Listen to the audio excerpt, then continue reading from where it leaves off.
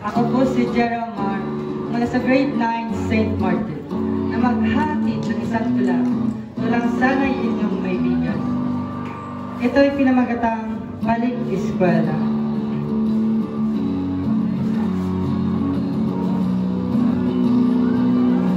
Balik eskwela na. Matapos ang higit isang buwang bakasyon, andito na naman tayo upang makinig sa bagong mga leksyon. Mga dating kaklase na ating muling nakita at mga bagong kaibigang makikilala. Ako'y may dalang bag, lalagyan ng mga gamit pampaaralan. Dito lahat inilalagay. Pati ang puso kong iyong iniwan. Ba't ganun? Ba't ganun, May? Notebook. Dito isusulat ang lahat ng ating matutunan. At ang katotohanan kailanman, hindi mo na ako babalikan. Ba't ganun, May? May, ba't ganun? Ballpen. Gamit pagsulat sa mga titik at numerong naisilapan na di ko na muling magagamit sa pagsulat tungkol sa ating pag-iibigan. Na natapos lang sa chat na, wait lang, ma-charge lang ko.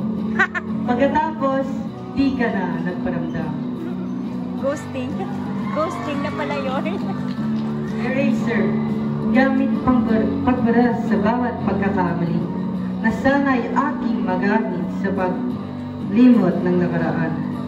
At sa pagbura ng makapal mong mukha, kung akala mo kung sino ka upang mag-iwan. Ay. May hugot yan. Tumbler. Lalagyan ng tubig na pwedeng dalhin upang magamit. Kagaya mo, uhaw sa pag-ibig at atensyon, o kaya lumapit ka sa mas malapit. Ano? Ay, ang sakit nun.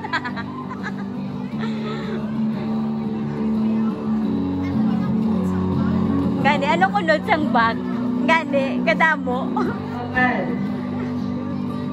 1/2, 1/4, lengthwise o crosswise, na pwedeng hatiin kung kinakailangan. Paalala lang sa lahat, kapag pag-ibig ang inuusapan, wala pong hatian, hatigit sa lahat, walang agawan. No!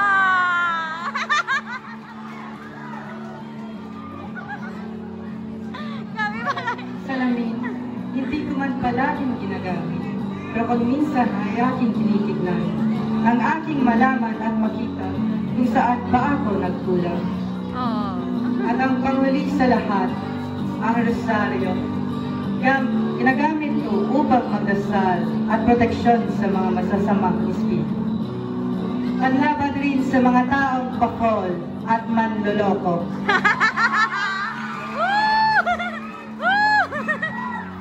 Kaya mga kapwa ko mag-aaral ng mabuti para sa ating kinabukasan. Nang sa bandang huli, may magandang patutunguhan. At palaging tandaan, kahit tayo'y nagbalik pasukan, hindi ka pa rin niya babalikan.